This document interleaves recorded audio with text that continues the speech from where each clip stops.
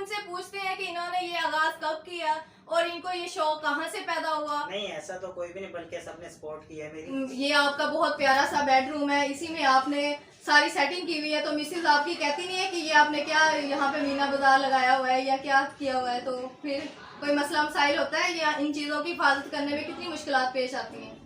बिस्मिल्लाहिर्रहमानिर्रहीम, अस्सलाम वालेकुम। आप देख रहे हैं पाकिस्तान न्यूज़ और मैं हूँ सुम्बुल ज़िया। कहते हैं शौक का कोई मोल नहीं, बिल्कुल ऐसे ही हम आपको लेके आए हैं एक ऐसे घर में जिसमें आपको बेशुमार सिक्के नजर आ रहे होंगे, बेशुमार नोट नजर आ रहे होंगे। जी बिल्कुल, ये हम अजायब घर में नहीं बल्कि ये एक इंसान का अपना ज़ाती शौक है। जी, ये है राशिद अब्बासी साहब। इन्हें ये सिक्के जमा करने का एक अलग एक मुनफरिद शौक है। तो आज हम इनसे पूछते हैं कि इन्होंने ये आगाज कब किया और इनको ये शौक कहाँ से पैदा हुआ और क्या क्या मुश्किलात आई इन्हें ये जमा करने में। अस्सलाम वालेकुम। वालेकुम अस्सलाम।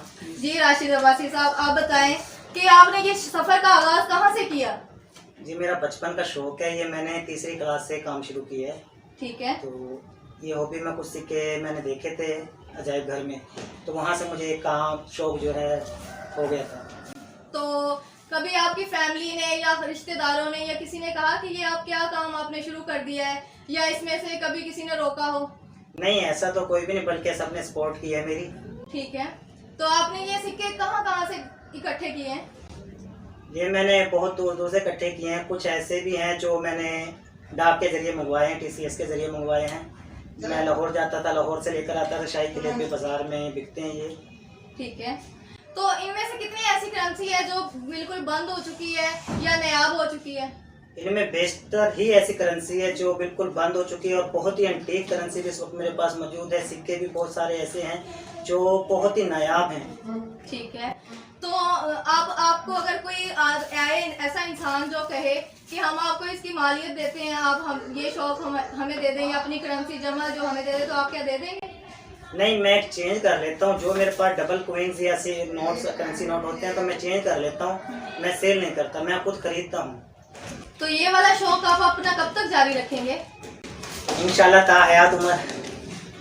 तो ये आपका बहुत प्यारा सा बेडरूम है, इसी में आपने सारी सेटिंग की हुई है, तो मिसेज आपकी कहती नहीं है कि ये आपने क्या यहाँ पे मीना बाजार लगाया हुआ है या क्या किया हुआ है, तो फिर कोई मसला मसाइल होता है या इन चीज़ों की हिफाजत करने में कितनी मुश्किलात पेश आती हैं।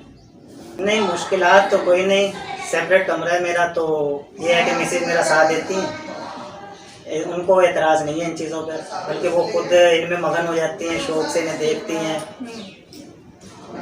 तो फिर इनकी हिफाजत करने के लिए आपको क्या क्या करना पड़ता है। इनकी हिफाजत करने के लिए एक तो मेरे पास बहुत पुराना जो है ना आर्मी का बॉक्स है, लोहे का बना हुआ, उसमें रख कर मैं अपने मेरे पास एक छोटी संदूक है उसमें रख देता हूँ, यानी कि डबल लॉक हो जाता है।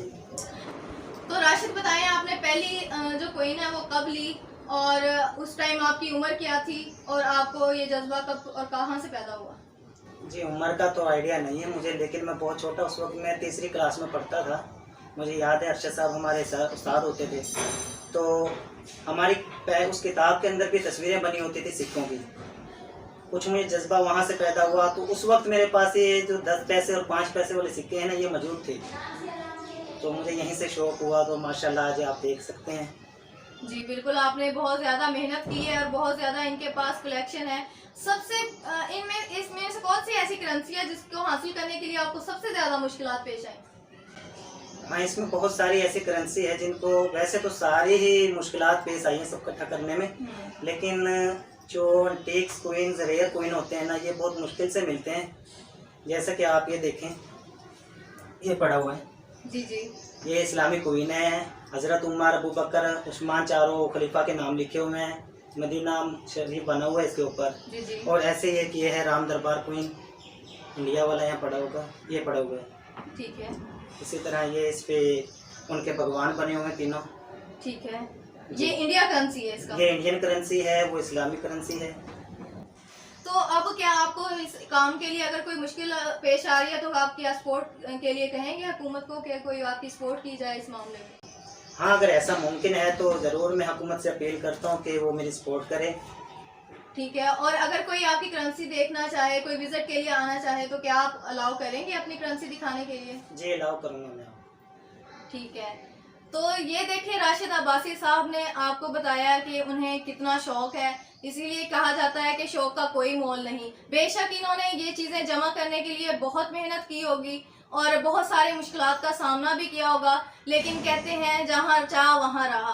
तो मज़ीद एक नई स्टोरी के लिए, एक नए इंटरव्यू के लिए, एक नए जज्बे के साथ अगले प्रोग्राम में आपके सामने पेश होंगे। तब तक के लिए हमें इजाज़त दें। अल्लाह हाफिज़।